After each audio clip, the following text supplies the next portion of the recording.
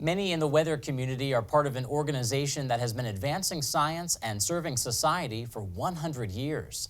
The American Meteorological Society will celebrate its centennial in just about 6 months from now. Patrick Wright, an undergraduate student here at the Penn State Department of Meteorology and Atmospheric Science, has the story. The American Meteorological Society is one of the world's premier weather organizations. This year, the Society turns 100 and will welcome its members in Boston for its centennial meeting in January. The AMS consists of over 13,000 people from all walks of life within the field of meteorology. The American Meteorological Society is a society for everyone from someone who just loves the weather through to people who have, technical qualifications of the most complex order, whether it's PhD or someone who's doing engineering of complex systems or whatever. So it's a society for anyone who likes the weather. The AMS was founded in 1919 by Charles Franklin Brooks with less than 600 members. Most came from the U.S. Signal Corps and the U.S. Weather Bureau.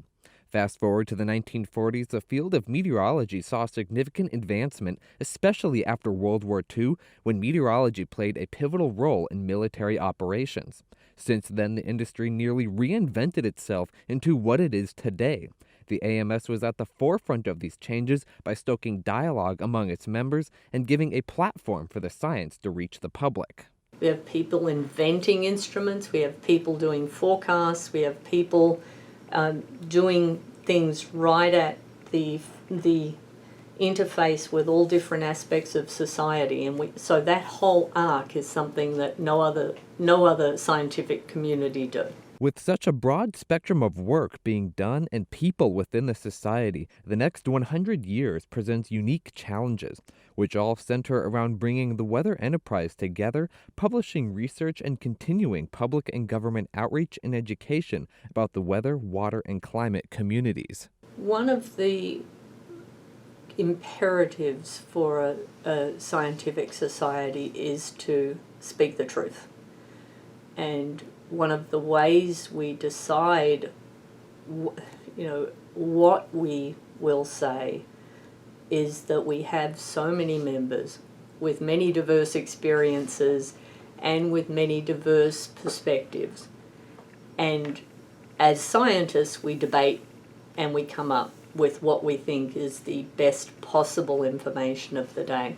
The mission of the American Meteorological Society is to advance the atmospheric and related sciences, technologies, applications, and services for the benefit of society. The AMS has worked to try and impact policy and to help meteorologists or scientists in the earth sciences get opportunities to have policy fellowships, to have people who understand science at least having an internship in government.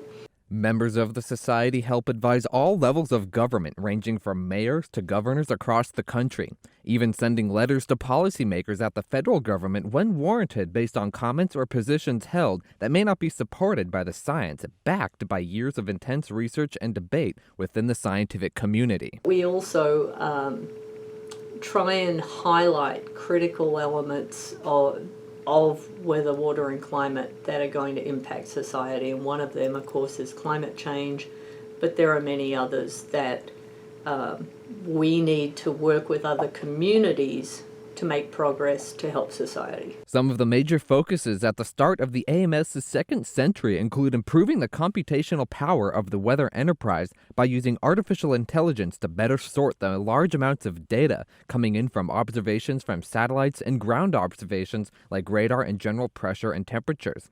Another focus involves helping society build a better infrastructure to be able to handle general weather events like a snowstorm or flooding, and to adapt to changes expected with climate change in the coming century. One of the big challenges continues to be communicating the science of meteorology itself to the public. So in terms of the general public in the US, the AMS has a magazine, a weather journal that's designed for the public.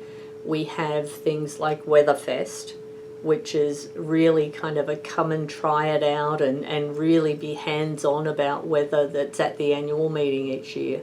Combine these efforts to bring the science of weather to the public with its members in the broadcast industry, government, academia, and private forecasting operations, the AMS is uniquely positioned to help shape the public dialogue in regards to the climate and atmospheric research, of which the findings and results could possibly shape the way our overall society operates in the future.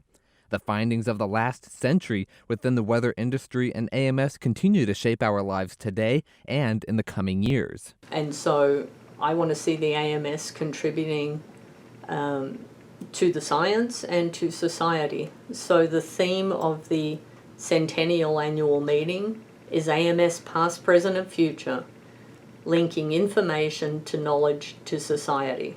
The AMS will continue to host its members who are at the forefront of the changes to take place in the next century. Whether it's communicating the daily weather, researching new methods for forecasting, or building a more prepared national infrastructure, and inventing new ways to collect data and to continue the scientific debate and dialogue to help society progress in regards to the scientific discoveries and innovations brought forth. The AMS coming together for the annual meeting in Boston to celebrate 100 years of innovation and accomplishment will set the stage for the society for the next 100 years. 100 years from now, I hope it looks nothing like today, because 100 years ago we could never have imagined where we are now. For Weather World, I'm Patrick Wright.